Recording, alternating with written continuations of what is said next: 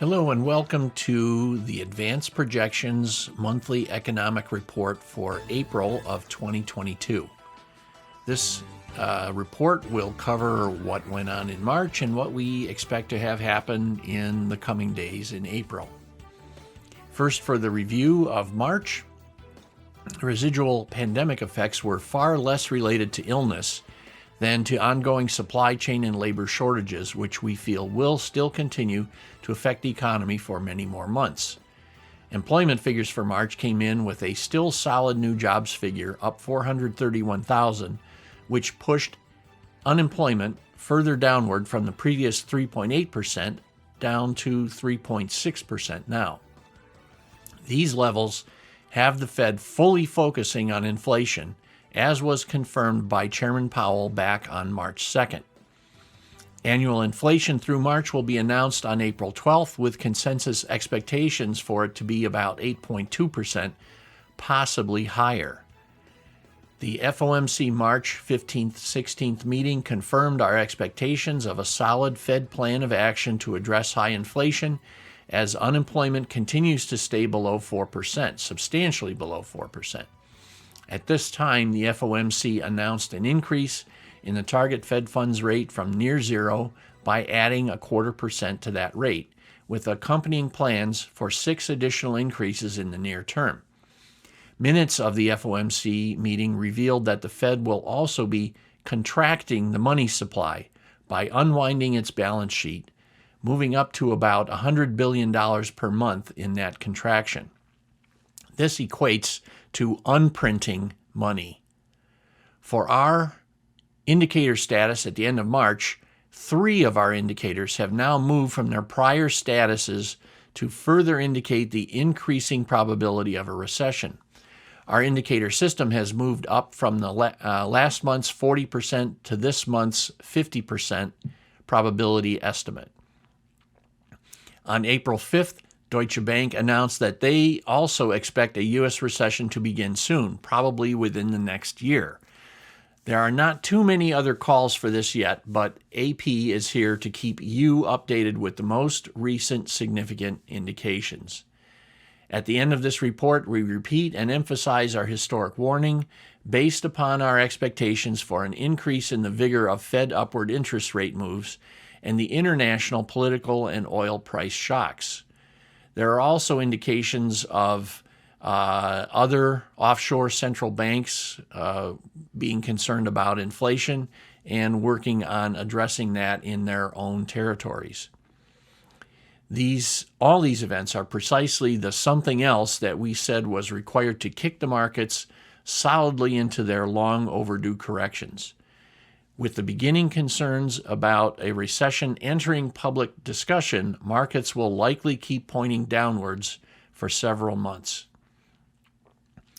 Year-over-year consumer price index comparisons and supply chain issues have continued to plague many aspects of the economy, keeping prices and inflation expectations elevated as demands remain above available supplies in many areas. CPI figures confirm the onset of inflation way back during the second quarter of 2021, and they have continued to rise since then. February figures came in at a hot 7.9%, and March numbers will be solidly past 8%. Unemployment's dip over the past several months is maintained, now down to 3.6%, with the new jobs gain in March of 431,000. We expected those gains to continue in a restrained fashion with the Omicron wave essentially gone, and then bump up with warmer weather. We had seen others project that unemployment would reach 3.7% by the end of the year, but our own figures fell into the 3.3 to 3.5% range, and we are nearly there already. This is keeping labor markets very tight. With the March 16th Fed announcement confirming what AP had previously forecast, there will actually be 6 additional quarter-point increases in 2022, bringing the Fed funds rate up from near zero to about 1.75% by the end of the year. It is possible for one or more of those increases to be 0.5%. 10-year Treasuries have already begun to reflect more aggressive expectations, up another 30 points since the 1st of April. Many traditional investors use action in the 10-year treasuries as harbingers of future equities market revaluations. The long end of the yield curve has inverted already, with the 3-year yields exceeding 30-year yields. We monitor 3-month versus 10-year rates as the ultimate determinant of a true inversion, but that comparison is still not yet giving us a warning. Fourth quarter 2021 corporate earnings finished at a positive year-over-year comparison of 31.4%. However, first quarter corporate earnings estimates for 2022 have been tempered substantially. FactSet told us this on March 11th. For Q1 2022, the estimated earnings growth rate for the S&P 500 is 4.8%. If the 4.8% is the actual growth rate for the quarter, it will mark the lowest earnings growth rate for the index since the fourth quarter of 2020, when we were deep in the COVID wave before vaccinations came out and were started. So that was the low part of the economy. Now, that estimate has been revised only slightly downward to 4.7%, but then they have tried to game the estimates by saying, well, the average estimates over the past decade have been 5.5% shy of reality. So they believe a first quarter growth of 10% to be within the realm of possibility. This may bear out, but only because of the unusual circumstances in the energy and finance sectors. We'll withhold any further speculations until we've seen earnings from a substantial portion of the S&P 500.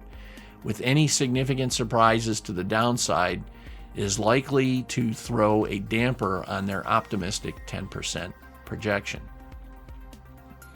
Companies have now returned to a more normal practice of citing lower expectations in the coming quarters.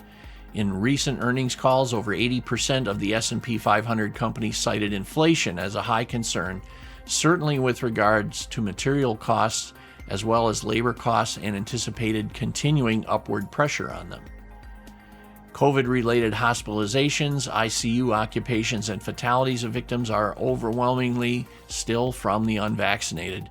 We quickly breached 950,000 U.S. fatalities in January, and the horrible milestone of 1 million losses was reached before the end of March. Thankfully, the new daily fatality rates have now declined substantially in the past couple of weeks. Barring any nasty new variants that could pop up, we should expect a general domestic return to normal for tourism and other social activities by mid-April, when the federal mask mandate on mass transportation ends, hopefully for good. Now, here are the overall underlying socioeconomic details. Again, back to reviewing the employment picture during March. Unemployment levels moved back down to a national level of 3.6%, with an about as expected jobs gain of 431,000. That combination translated into a continuing trend of more job seekers re-entering the jobs market. In spite of pandemic-related declines in the labor force, the participation rate began to move upward again beginning in the late fall of 2021, and it continues to move up, as is the total number of employed persons. Expectations for continuing improvement in employment and the labor force participation rate are still predicated in part on several assumptions, including no new COVID crisis, the national infrastructure package, which will assist by adding at least $120 billion per year in stimulating project-related employment, and on increasing urgent corporate labor requirements to sustain their profit and revenue growth. Recent March 2022 Bureau of Labor Statistics estimates show that businesses have increased the number of job openings that they want filled, now up to more than 11.3 million. With this shortage of labor and with inflation pushing close to 8%, it is reasonable to anticipate a much more adamant push for an increase in the federal minimum wage, probably to at least $10 per hour or perhaps even $12. The employment situation also frees the Fed to be more aggressive in their rate increase script, plus their plans for unwinding their balance sheet, which tends to decrease the money supply. and they have stated so in their March meeting minutes. Look for increased activity in these areas during the spring, assuming that the issues are not overshadowed by the Ukrainian situation or any other black swan event. We have a table from the Bureau of Labor Statistics which shows the employment situation at the end of March and the general improvements in the employment picture we have been experiencing over the past half year. Our last coverage, hopefully, of the pandemic, briefly by the end of March, total U.S. COVID fatalities reached over 1 million, up approximately 30,000 just in that past month. However, the new daily case and fatality rates have finally declined to much less ominous levels. Our expectation for the end of the pandemic, barring any aggressive new supervariants, is for the average U.S. daily fatality rate to now fall below 400 per day and stay there. Still quite a horrific number, but now within the ability of our social fabric to tolerate, given new and more effective treatments or preventatives, and the psychological numbing we have endured from the pandemic and its fatigue-related situation over the past 2 years.